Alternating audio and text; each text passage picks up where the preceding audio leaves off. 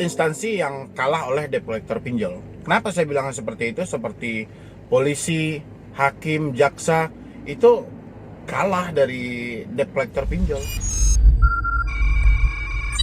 Halo, assalamualaikum warahmatullahi wabarakatuh. Selamat sore ya untuk teman-teman semuanya, khususnya yang selalu menantikan video terbaru atau updatean terbaru dari channel Solusi Utang.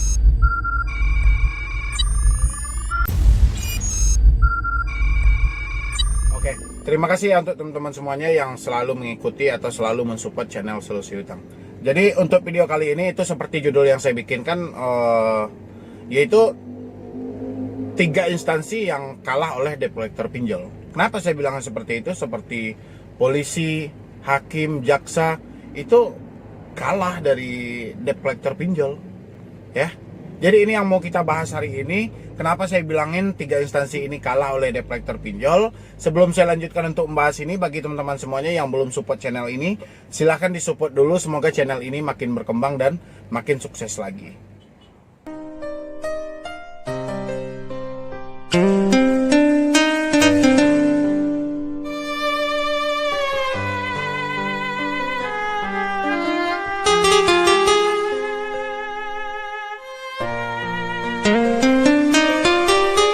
Terima kasih ya untuk teman-teman semuanya yang sudah support channel ini. Semoga channel ini makin berkembang dan pastinya masih bisa memotivasi orang banyak. Oke, kenapa saya bilangin 3 instansi ini kalah oleh debt collector kayak polisi, kejaksaan, pengadilan, ya? Karena saya perhatikan dari awal mungkin ya, dari awal saya nge-YouTube, banyaknya orang yang curhat ke nomor saya gitu. Saya perhatikan di situ begitu enteng gitu loh, seorang debt collector ini menerapkan pasal kayak 372, 378 langsung memponis orang itu maling, penipu. Jadi kan udah melebihi di atas polisi. Sementara polisi untuk menetapkan suatu pasal atau menetapkan seseorang menjadi tersangka atau tidak, itu dibutuhkan penyelidikan oleh penyidik gitu loh. Ya. Tidak bisa asal-asalan seperti itu, tidak bisa.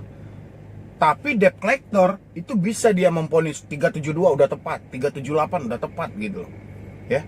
Begitu juga dari jaksa-jaksa ketika dilimpahkan berkas oleh polisi, ya kan, dilimpahkan ke kejaksaan, itu mereka akan mempertimbangkan kembali, mereka akan membaca lagi, memahami lagi. Kalau memang ada yang kurang, berkas ini tidak akan dinaikkan ke pengadilan, bahkan dilimpahkan kembali ke kepolisian. Ya. Kekurangan satu bukti atau kekurangan beberapa data atau apalah yang dirasa oleh jaksa ini tidak terlalu akurat gitu loh. Ya. Hakim juga seperti itu, menimbang untuk menjatuhkan suatu vonis terhadap seseorang gitu ya. Itu mereka juga mempelajari, memberikan seadil-adilnya gitu loh. Ya. Memahami segalanya, benar nggak memenuhi unsur ketika telah dilakukan penyidikan oleh polisi dan dituntut oleh jaksa. Nanti hakim memutuskan, banyak pertimbangan yang harus dilalui gitu loh. Ya. Tapi ini debt collector melebihi dari 3 instansi itu. Makanya saya bilang debt collector ini melebihi dari polisi, jaksa, dan hakim. Kalau memang debt collector udah bisa memutuskan pidana untuk seseorang, buat apa polisi, buat apa jaksa lagi, buat apa hakim lagi, sementara debt collector sudah bisa gitu loh. Ya. Makanya karena kebanyakan gitu loh, kebanyakan dia menentukan pasalnya sendiri. Oke, dia kopas kan, oke kopas, tapi seakan mereka memutuskan udah tepat dengan putusan dia itu. Ya. Makanya saya bilangin, polisi aja untuk menjatuhkan seseorang jadi tersangka, itu dari pihak penyidik itu melakukan penyidikan yang begitu detail gitu loh. Layak atau tidaknya seseorang ini, dilanjutkan prosesnya nanti sampai berkasnya ini dilimpahkan ke kejaksaan. Jaksa juga mempelajari, ya, tepat atau tidaknya pasal ini dipergunakan untuk menuntut seseorang ini. Ya. Itu makanya ada dilakukan penyelidikan oleh pihak penyidik. Jaksa pun juga seperti itu. Ya, hakim juga seperti itu. Tapi debt collector tidak seperti itu, langsung vonis tetap, langsung 372, 378 udah tepat gitu loh.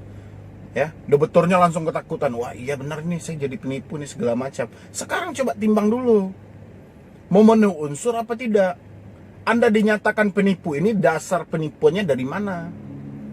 Ya, kecuali KTP Anda palsukan, ya, data-data Anda palsukan, oke. Tapi ini data asli, KTP asli, semua asli. Dasar 372, 378 dari mana gitu loh. Ya, penipuan, penggelapan dari mana? Ya. Karena kita kan kalau soal hutang piutang mungkin itu udah bukan rahasia lagi. Ini udah pada umumnya orang tahu, ini dilimpahkan ke Perdata. Ya. Sekarang unsurnya Anda dibilang penipuan, Anda dibilang penggelapan, melarikan uang perusahaan. Dasar unsur orang ini menyatakan dari mana? Makanya kalau debt collector itu kita debat, memang kita betul-betul pertanyakan soal ini, mungkin mereka juga kewalahan. Tapi sayangnya ketika debitur ini berhadapan dengan debt collector, tidak timbullah argumentasi yang seperti ini. Ya, dia langsung ketakutan karena rasa bersalah yang terlalu tinggi, rasa pokoknya penyesalan, sehingga tidak muncul gitu loh. Ya, coba Anda perhatikan lagi, coba Anda maknai lagi. Sejauh ini berapa orang yang diancam yang seperti itu gitu loh. Ya. Makanya itu cuman ancaman mereka aja, tidak semudah itu. Kan saya bilang polisi aja menetapkan seseorang jadi tersangka, itu bukannya gampang. Ya, mencari alat buktinya, mencari saksinya, bertanya kepada yang bersangkutan gimana, itu pasti akan ada dialog-dialog segala macamnya gitu loh. Ya. Banyak dalam BAP itu mungkin harus detail gitu loh. Polisi itu bertanya, cari lagi barang bukti, cari ini benar atau tidak, cocok apa tidak, diterapkan dengan pasal segini. Ya. Begitu juga jaksa juga seperti itu, mereka pelajari, mereka bahas lagi ini benar tidak menempatkan pasal ini. Kalau mereka rasanya ragu, berkas ini dilimpahkan lagi ke polisi, disuruh lagi bekerja, cari lagi bukti yang lebih akurat. Ya. Setelah akurat pun hakim memutuskan, butuh pertimbangan yang betul-betul seadil-adilnya gitu loh, tidak asalan gitu. Ya. Makanya saya bilangin, untuk menjadi polisi aja itu prosesnya sangat susah. Menjadi jaksa apalagi, hakim apalagi. Kenapa debt collector melebihi di 3 instansi ini? Ya. Kenapa dia bisa gitu loh? Kalau sekedar baca di Google, oke. Dan sesekali, makanya untuk teman-teman semuanya yang selalu diancam dengan pasal beku mereka, pasal 372, 378, coba mereka minta terangkan, minta detailkan barang buktinya apa, seperti apa gitu. Dasarnya saya melakukan penggelapan, dasar saya melakukan penipuan itu dari mana? Unsurnya dari mana? Ya. Saat ini saya tidak mampu bayar karena ekonomi saya. Ya. Bukan saya menggelapkan uang Anda. Bukan saya melakukan penipuan. Kalau saya melakukan penipuan, mungkin data saya tidak seakurat itu yang saya berikan gitu loh. Ya. Makanya kalau Anda masih ditekan, Anda akan diproses secara hukum, silahkan aja gitu loh. Suruh aja mereka, silahkan aja gitu. Karena apa yang mereka tahu dari debt collector itu tidak ada. Ya. Yang memutuskan itu tetap dari hakim, yang menuntut itu jaksa, yang memproses itu polisi. Bukan debt collector. Debt collector hanya cerita aja gitu loh. Ya. Jadi untuk teman-teman semuanya, jangan pernah takut lagi, jangan pernah cemas lagi, jangan stres lagi gitu loh.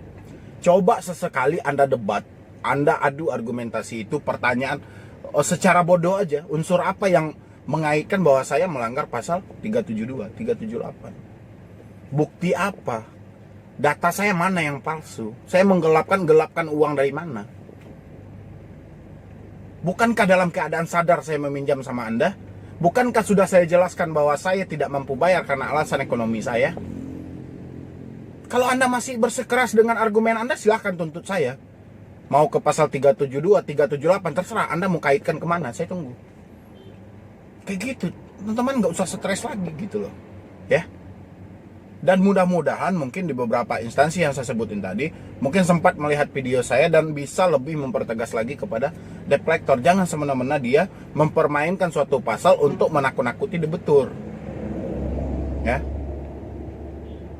Mudah-mudahan gitu, mana tahu dari pihak Bapak Kepolisian atau dari kejaksaan, dari pengadilan mungkin ke jumpa di channel saya atau berjumpa ya, karena judulnya gitu loh, di 3 instansi. Mudah-mudahan gitu loh. lebih dipertegas lagi ke pihak debt collector ini. Jangan dia mempermainkan suatu pasal buat menakut-nakuti seseorang. Ya. Dan untuk teman-teman yang saat ini telat bayar atau tidak mampu bayar saat ini, tidak usah panik, tidak usah stres yang terlalu berlebihan. Lebih baik Anda fokus ke masa depan Anda saat ini, Anda fokus ke usaha apa yang mau Anda hadapi saat ini, itu jauh lebih baik. Daripada Anda berjalan di tempat sibuk memikirkan hutang ini, sementara uang Anda juga sudah tidak ada. Mendingan Anda bekerja, nanti dapat uang, lihat lagi hutang Anda ini di mana rasanya yang mau Anda selesaikan, ya. Mungkin cuma itu dulu yang dapat saya sampaikan. Terlebih dan terkurangnya saya mohon maaf. Nanti untuk teman-teman semuanya yang mau konsultasi atau diskusi sama saya, bisa lihat nomor saya di link skripsi juga bisa gitu. Ya. Pokoknya untuk teman-teman semuanya yang belum support channel ini, silahkan disupport dulu. Semoga saya makin semangat lagi, makin bisa lagi memotivasi Anda, khususnya untuk pembangunan mental Anda yang lebih baik lagi. Ya. Jadi sekian dulu dari saya, Medi Brony.